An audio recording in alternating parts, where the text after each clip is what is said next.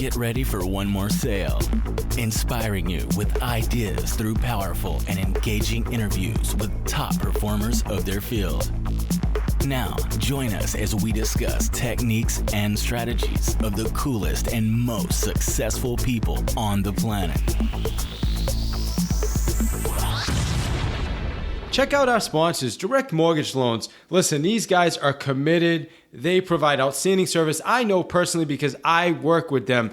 They are also licensed in 22 states, so make sure you check them out and see if they can do work with you. Listen, they not only will take amazing care of your clients, they're based on building lifelong relationships with our buyers, our sellers, as well as us as realtors. They're looking for partners, and they're providing the best resources, training, and knowledge the industry has to offer. So if you're interested in partnering up with somebody that's really innovative, check them out. Their website is directmortgageloans.com, or you can reach them at 888-604-2525. Hey Masters, welcome to another episode of One More Sale Path to Mastery. And as always, we're bringing you the best of the best. Episode, my friends, number 38. And I have a special treat for you. Jim Black is with us today. And Jim not only is a rock star real estate agent, he hasn't been in the business that long. Friend of mine, as a matter of fact. Guys, he's going to close about 140 to 150 units this year with 3 salespeople. You get that? Yeah, 3. I mean, that to me and to Jim that's helping his agents live a big life, because a lot of times we hear about these teams that are doing 200, 300, 400 transactions. You know, they've got 20, 30, 40 people that are doing 10 deals each. And that's fine. I don't want to take anything away from that.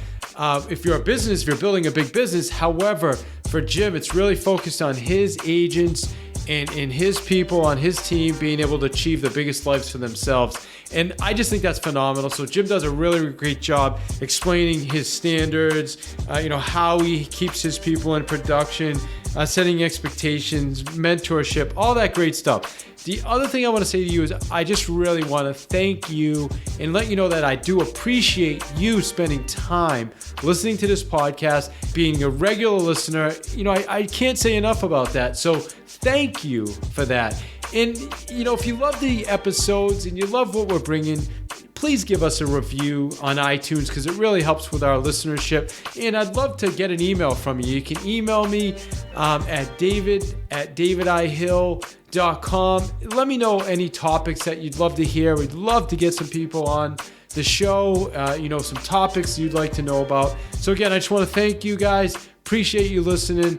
If you love the interview, share it with someone else. Tell someone else about it. Enjoy and have a phenomenal rest of your day.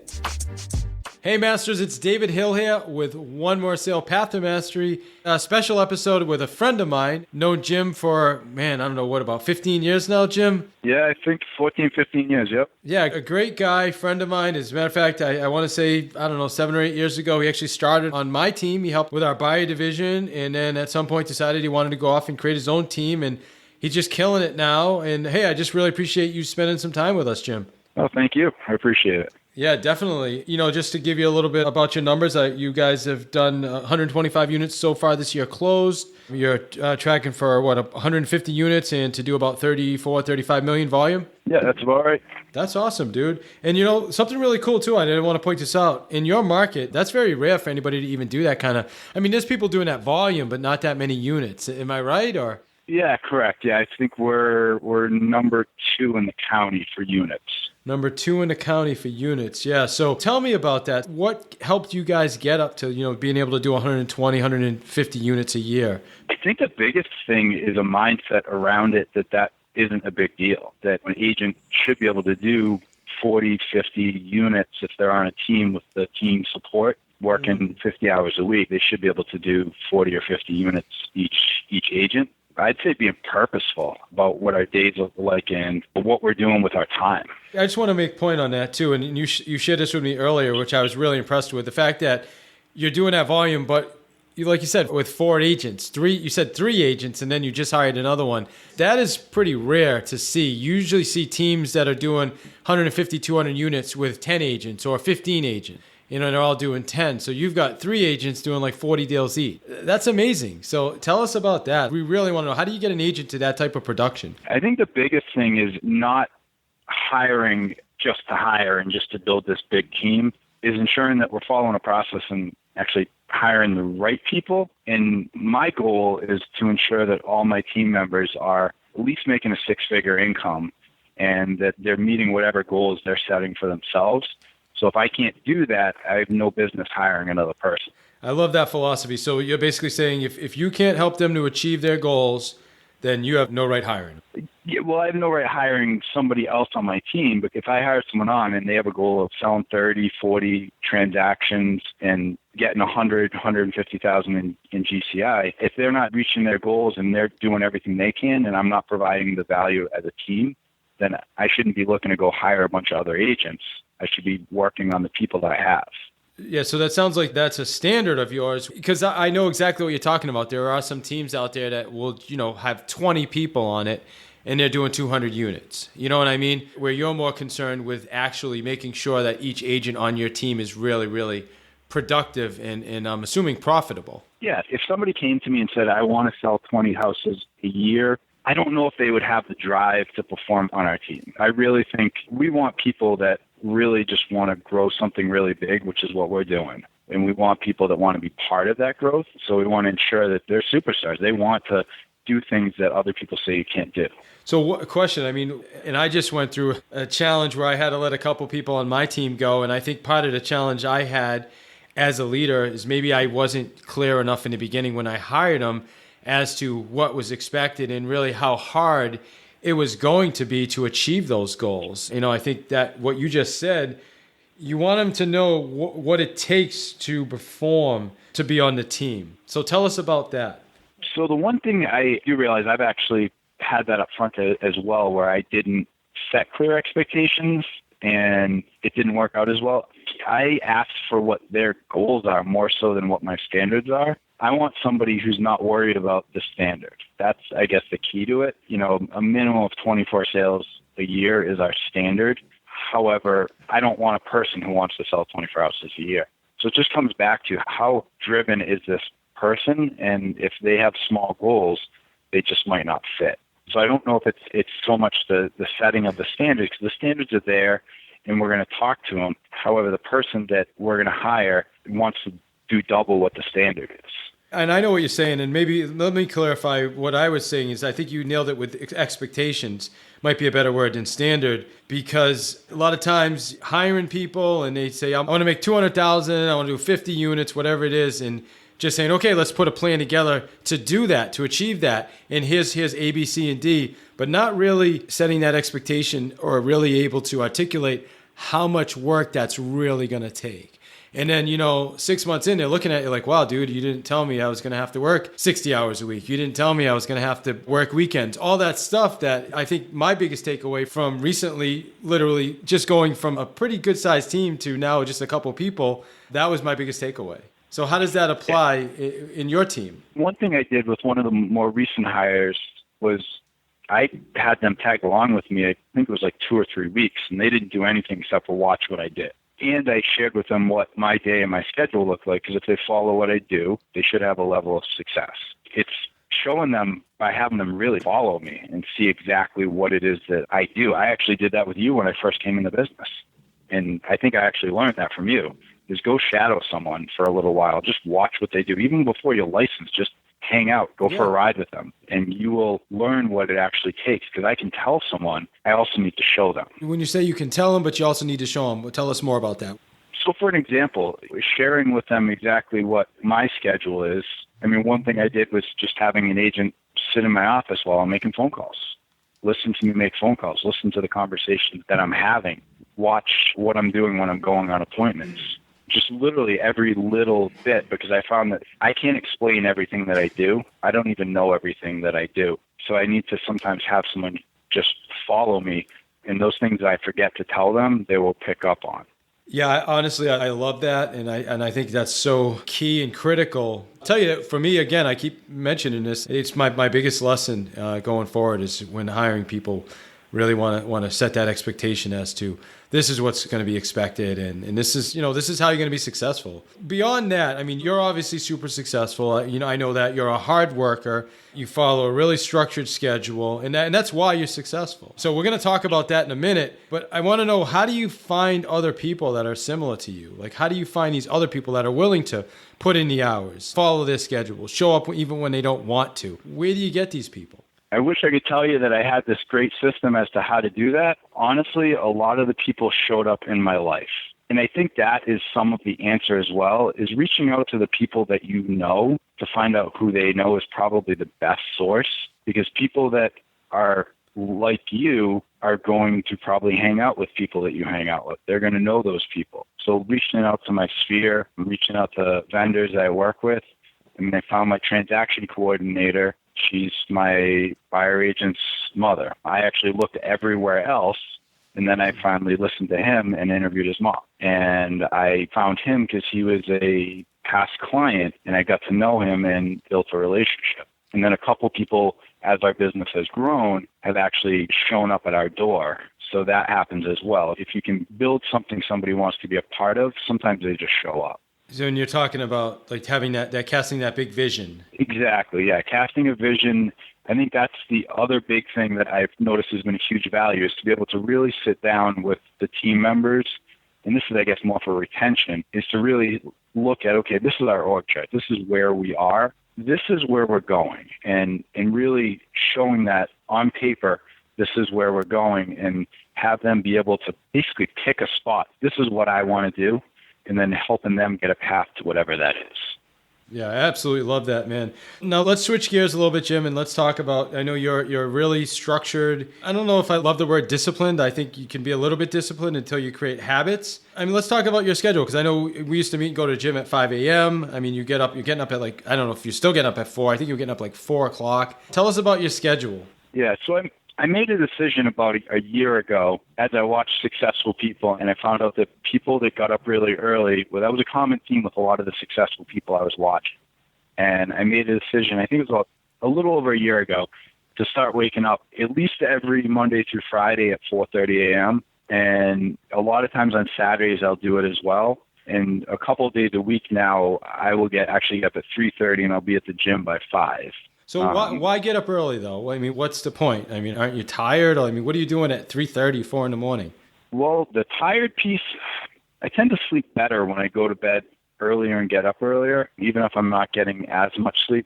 The reason I get up so early is I found myself on Saturdays putting a whole half a day or a day of, I'm going to plan out my business, I'm going to look at our vision, I'm going to try to figure out what we're going to do going forward, and I'm going to do all this. When Saturday came, I started filling it with appointments. And I said, okay, well, I'll do that next week. Okay, I'll do it next week. And then at one point I had to make the decision that, no, 5 a.m. to 6 a.m., that's when I do that. So I've made the decision, at least 3 days a week, sometimes it's 4 days a week. I'm taking an hour's worth of time and actually looking at the numbers, looking at where we're going, figuring out what strategies we should be implementing, getting rid of. And I've found that has been one of the biggest impacts on our business. And at the same time, being up that early and doing all that, as I enter the day, there's a lot less anxiety about the day because I'm prepared for the day. So what you're talking about is what Gary calls strategic thought time, right? You're spending that time just figure, like you said, numbers, what am I going to do today? What's the most important thing in my business? What's working? What's not working? Yeah, as well as some praying, some meditating, some of the, John Maxwell talks about having his thinking chair, just those places where you can actually slow down and be still. I mean, I have a 4-year-old and a 6-year-old at home. So as soon as they're up, there's no slowing down of anything. So the only time that works for me is I need to do it before they wake up. Strategic, my friend. Strategic. You are listening to One More Sale.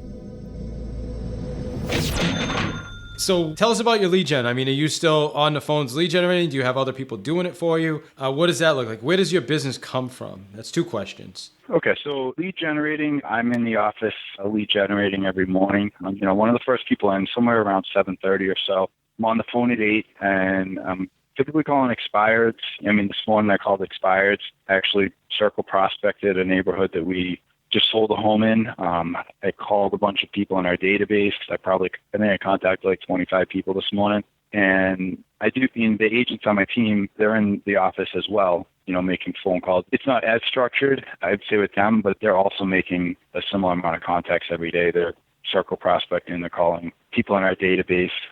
And I would say you asked the second question, most of our business is either past client referral or our sphere of influence, other agent referrals. A lot of it is that. A lot of our calls are to people that we know and just coming from contributions, seeing we haven't spoken to them in a while, see what we can do to help them. So a lot of it is just more of a relationship call than a business call. But, we do ask who we can help that's looking to buy or sell a home as well while we're on the phone.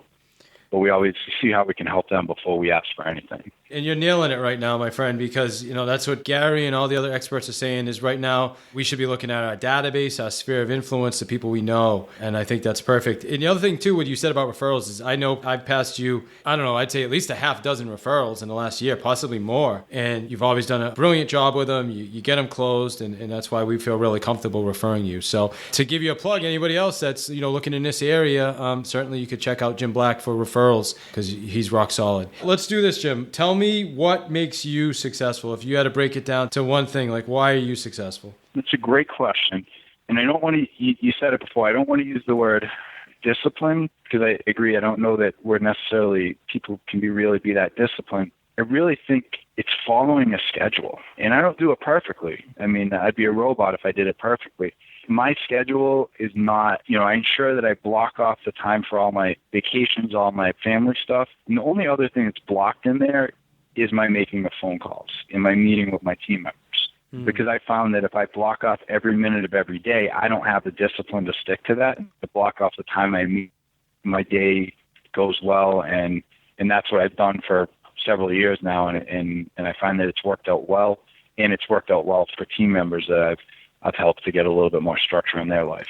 So let's talk about that, because when you say not perfectly, I can relate to that. So are you 80%, 70%? What percentage would you say you're on schedule versus off schedule? I would say I'm probably around 70% on schedule. There's times where stuff's going to come up, life stuff, business stuff that usually real estate doesn't have too many emergencies, but sometimes we do. Sometimes something comes up that someone comes knocking at my door and they know what I'm doing. They know I'm making phone calls and they still, knock on the door. It's probably something that's actually urgent and I'm going to deal with that. However, I need to make up that time later. So I need to not overschedule myself where I don't have time to make anything up as well. Yeah, that makes so much sense. So obviously your schedule, keeping on track, time blocking, following your schedule. Why do people work with you? Why are these agents that are closing 40, 50 transactions a year attracted to you?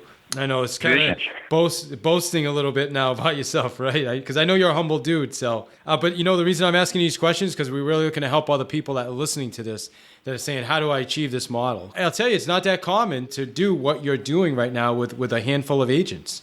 I think the biggest thing is something I've seen in many different classes at Keller Williams. I've heard Gary Keller talk about it. I've heard a lot of people talk about it. And, they're drawing a picture with a big circle and you got your vision. And then you got to make sure that within that big circle that all the people in your team, they have the room to get their circles, their business, their lives big enough. So if I can't be an avenue for their success, then I need to let them go, actually.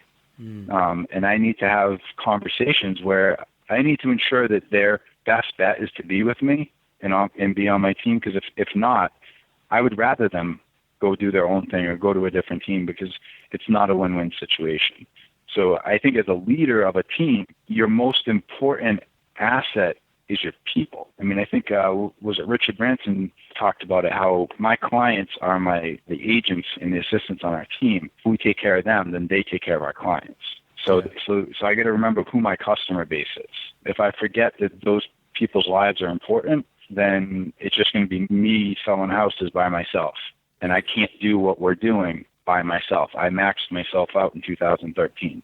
Yeah. Amen. Amen, brother. I can so relate to this call because I had recently went through some issues with a couple team members, and I literally had to sit down with them. And they're not achieving their goals, then obviously I'm not achieving my goals, and it's not a win for me. It's not a win for them. And sometimes the best thing to do is just to, go out of business with people. And it's tough, but I think you nailed it. Sometimes it's the best thing to do, and then what happens is it creates opportunities for them as well as additional opportunities for you. Absolutely. So what's your biggest challenge right now, Jim? The biggest challenge is always, I guess, it's figuring out what the next step is in our growth. I mean, our goals every year are to grow by 100%. And when you look at that at the end of the year, I mean, right now everybody's doing goal planning, is if we sell 140 or 150 homes this year, and we say next year our goal is 260, obviously we can't do that with the people that we have. So I think the biggest challenge I have is putting all the systems and people in place without doing it too quickly and making sure the expenses stay in line with where we're at and where we're going. Because if you have a steady business, you can just say, okay, we're going to try to put whatever 35, 40% profit to the bottom line and do the same thing every year. But if you're trying to grow, you actually have to spend beyond that in order to get to where you're going, and just that balance. So I guess that's more than one thing, but it's basically balancing those expenses as we grow and making sure I don't hire people too quickly, or I don't add systems too late and hire too many people and not the right systems in place for the people. I think that's the biggest challenge, just making sure I'm making the right next step with our growth and talking to the right people that actually can tell me how to get there. Yeah, I think you nailed it, my friend, and that's what it's about. And there's a I don't know, a law or a quote, whatever you want to call it, that says you can't, the things that got you here aren't going to get you to the next step. Something like that. I'm probably butchering it, but the reality is you're right. The systems and people and tools that got you to 140, you're going to have to change those, add to it, whatever you need to do to get to 280 or 300. So. That's so true. What would you say when you're dealing with tough times, like the market's starting to change now? I know there's a lot of agents that, they were doing things 4 months ago that were working great. Now they're not working anymore. What are you doing to get through that? And how are you working that with your agents? So the biggest thing from a client standpoint, as the market is changing, and obviously it's always changing to some extent, is there's areas where houses aren't selling, is having realistic, regular conversations with our clients as to what's happening. Because I find that if we don't have those regular conversations, we lose trust. Even if we need to call our clients every week and tell them, I got nothing for you, or I know we talked a couple weeks ago and, we're not getting any showings or we're not getting any offers, we need to lower the price, and just be honest with them, be upfront. And then I guess with the agents, I think the biggest conversation that I've been having with agents on my team and agents not on my team is always be prepared. Make sure you have 6 to 12 months of reserves in the bank so you can make the right decisions business-wise. And if your business dips, you're not going to sacrifice your integrity trying to get a deal done, because you'll be okay if you don't get the deal done, and to ensure that you can invest in your business, because as our market shifts, this is the time to actually retool and to cut expenses where we need to cut, but also ensure that we're moving forward and we're growing as the market shifts, because this is the best opportunity to grow your business.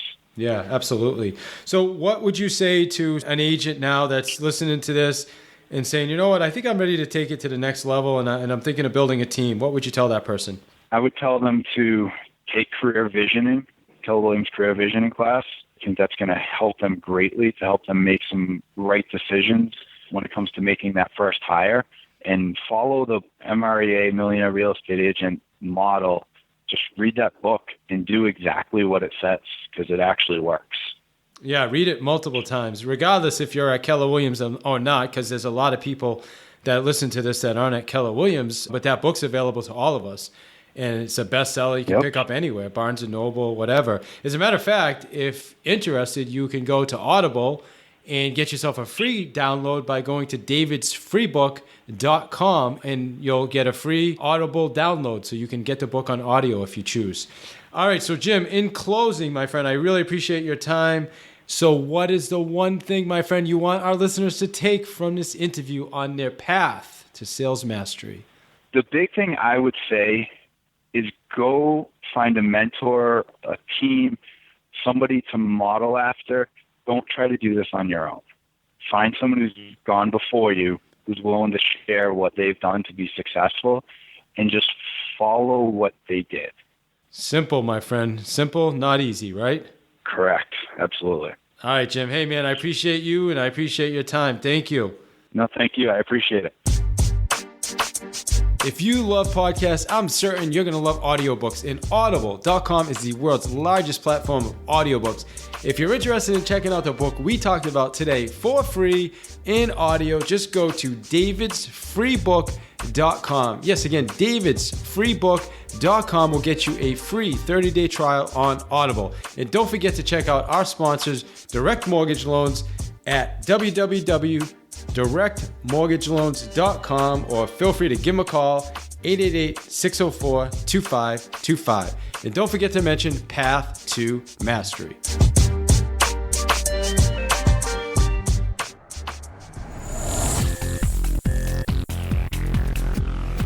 You are listening to One More Sale with your host, David I. Hill, author of the Sales Playbook.